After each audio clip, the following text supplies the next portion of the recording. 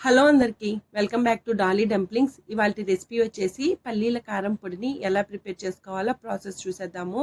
Taste అయితే చాలా బాగుంటుందండి. నేను చెప్పినట్టు ఫాలో అయ్యి చేశారంటేను ఈ కారం పొడి టేస్ట్ సూపర్గా ఉంటుంది. అలాగే ఇది వేడి వేడి రైస్లోకి కానీ, ఇడ్లీలోకి కానీ, దోశలోకి కానీ, ఏ టిఫిన్స్లో తీసుకున్నా చాలా బాగుంటుందండి. ఇప్పుడు ప్రాసెస్ చూసేద్దాము. దీనికోసం ముందుగా స్టవ్ ఆన్ చేసుకొని ఒక ప్యాన్ పెట్టుకొని ఇందులో 1 కప్పు పల్లీలను వేసుకోవాలి. మంటని లో ఫ్లేమ్లో ఉంచి ఈ పల్లీలని మధ్యలో కలుపుతూ వేయించుకోవాలండి. ఈ వేరుశెనగ పప్పులు వేగడానికి కాస్త టైం పడుతుందండి. మంటని లో ఫ్లేమ్లో ఉంచి కనీసం ఒక 3 నిమిషాల పాటు వేయించుకోవాలి. మీరు హై ఫ్లేమ్లో పెట్టి వేయించుకున్నట్లయితేను పల్లీలు పైనంతా కలర్ చేంజ్ అయిపోయి లోపల పచ్చిగా ఉంటుందండి. పల్లీలు సరిగా వేగకపోతే కారం పొడి టేస్ట్ కూడా చేంజ్ అయిపోతుందండి. చూడండి, ఈ విధంగా వేగిన ఈ పల్లీలని పక్క తీసుకోవాలి. ఇదే ప్యాన్లో 4 టేబుల్ స్పూన్లు పచ్చిశనగపప్పు, అలాగే 4 టేబుల్ స్పూన్లు మినపప్పు వేసుకొని మంటని లో ఫ్లేమ్లోనే ఉంచి వీటిల్ని మధ్యలో కలుపుతూ వేయించుకోవాలండి. ఇవి లైట్గా కలర్ చేంజ్ అయ్యి ఒక కమ్మటి వాసన వస్తుంది. అప్పటి వరకు వీటిల్ని మధ్యలో కలుపుతూ వేయించుకోవాలి. ఇలా వేయించుకున్న వీటిల్ని కూడా మనం ముందుగా పల్లీలను తీసి పెట్టుకున్న ప్లేట్లోకి తీసుకోవాలి. ఇప్పుడు ఇదే ప్యాన్లో 1 టేబుల్ స్పూను ధనియాలు వేసుకొని మంటని లో ఫ్లేమ్లోనే ఉంచి ఈ ధనియాలు కూడా లైట్గా కలర్ చేంజ్ అయ్యే వరకు వేయించుకోవాలండి.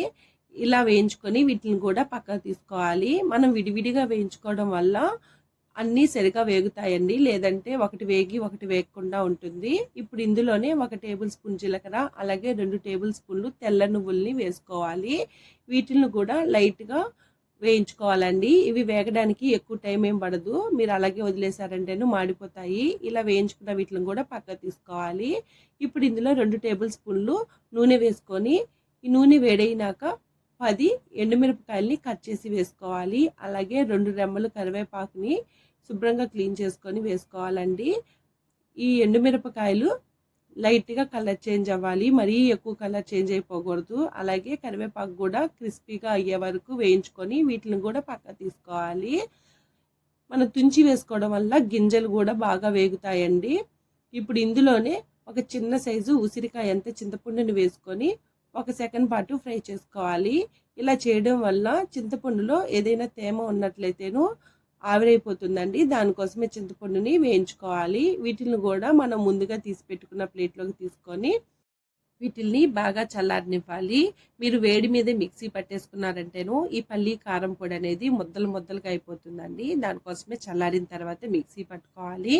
అలాగే మీ దగ్గర తెల్ల నువ్వులు లేకపోతే స్కిప్ చేసేయండి. టేస్ట్ అయితే ఏమాత్రం చేంజ్ అవ్వదు. ఇప్పుడు ఇవి చల్లారిన తర్వాత ఒక మిక్సీ జార్ని తీసుకొని మనం వేయించి పెట్టుకున్న దినుసుల్ని వేసుకోవాలి. అలాగే 1 table spoon salt, 1/2 table spoon పసుపు, 1/2 టేబుల్ స్పూన్ ఇంగు పొడిని వేసుకొని మూత పెట్టుకొని కాస్త బరక ఉండేలాగా మిక్సీ పట్టుకోవాలి. మరి మెత్తగా మిక్సీ పట్టేసుకోవద్దండి. కారం పొడి టేస్ట్ అనేది చేంజ్ అయిపోతుంది. ఇప్పుడు ఇందులో 10 నుండి 15 వెల్లుల్లి రెబ్బల్ని వేసుకొని మూత పెట్టుకొని మళ్ళీ ఒకసారి మిక్సీ పట్టుకోవాలి.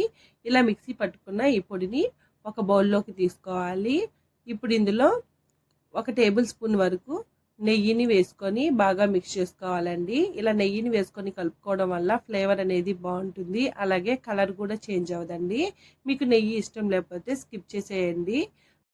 ఇలా ఈ నెయ్యి మొత్తం ఈ కారం పొడిలోకి మిక్స్ అయ్యేలాగా బాగా కలుపుకోవాలి. అలాగే సాల్ట్ సరిపోయిందో లేదో చెక్ చేసుకొని సాల్ట్ని అడ్జస్ట్ చేసుకోవాలండి. ఇలా కలుపుకున్న తర్వాత మీరు ఏదైనా 8 డబ్బాల్లో స్టోర్ చేసుకున్నట్లయితేను ఈ కారం పొడి 20 డేస్ వరకు ఫ్రెష్గా ఉంటుందండి. ఫ్రిడ్జ్లో కూడా పెట్టాల్సిన అవసరం లేదు. అలాగే ఈ కారం పొడిలో తేమ ఏమి తగలకుండా ఉంటే టేస్ట్ అనేది చేంజ్ అవ్వదు. అలాగే కారం పొడి కూడా చెడిపోదండి. అంతేనండి, చూసారు కదా పల్లీల కారం పొడిని ఎలా చేసుకోవాలో. ఈ వీడియో మీకు నచ్చితే లైక్ చేయండి, షేర్ చేయండి, కామెంట్ చేయండి. మరిన్ని రెసిపీస్ కోసం మన ఛానల్ని సబ్స్క్రైబ్ చేసుకోండి. Thank you.